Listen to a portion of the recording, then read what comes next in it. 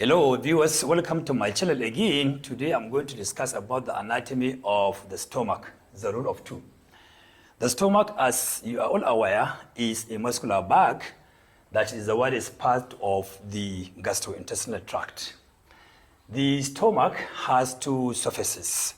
That's what we call anterior-superior surface and a posterior-inferior surface, because the stomach is a little bit tilted forward and upward. And so that is why it has an anterior superior surface and posterior inferior surface. The stomach also has two curves.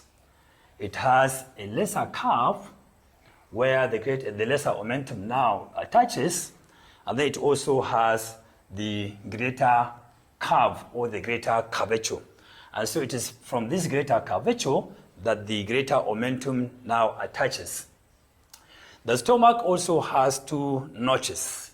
We have what we call the cardiac notch, which is between the esophagus and the fundus of the stomach.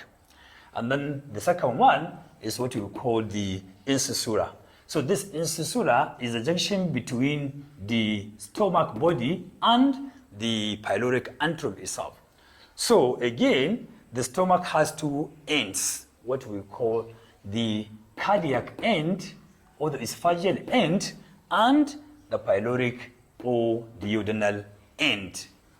It also has two omenta. This omenta is plural, but in singular it is called omentum.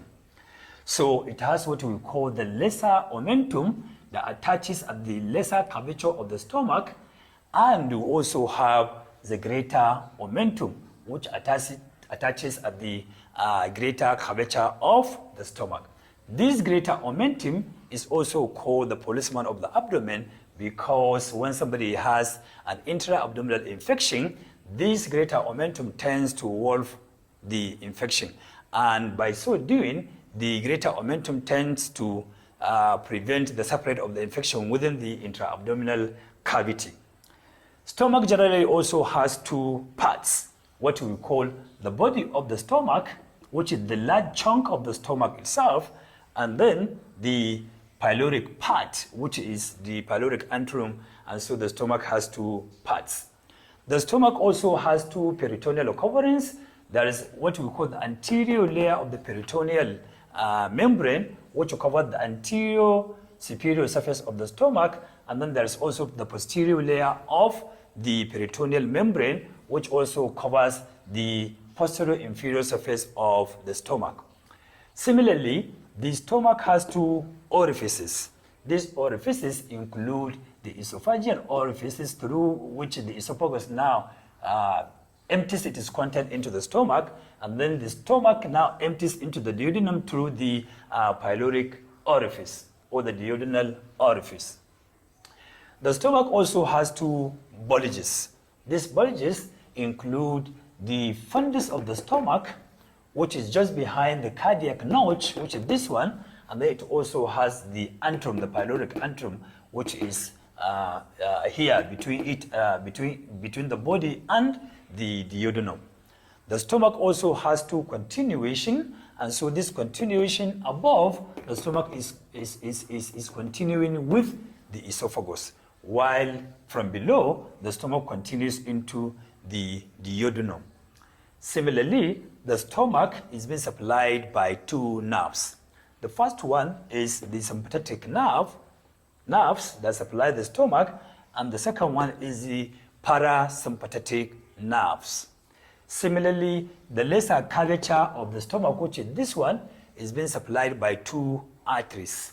The first artery is the right gastric artery, which supplies the half of the lesser curvature of the stomach, and the other one is left gastric artery, which supplies the other half of the lesser curvature of the stomach. Similarly, the greater curvature also is being supplied by two arteries. The first one is the right gastroepipyloric artery, which supplies the lower half of the greater curvature of the stomach, and then the other one is the left gastroepiploic artery, which supplies the upper half of the greater curvature of the stomach. So viewers, thank you very much for having time to watch my video. I hope you are going to like, subscribe, and share my YouTube channel. Thank you very much, and see you again.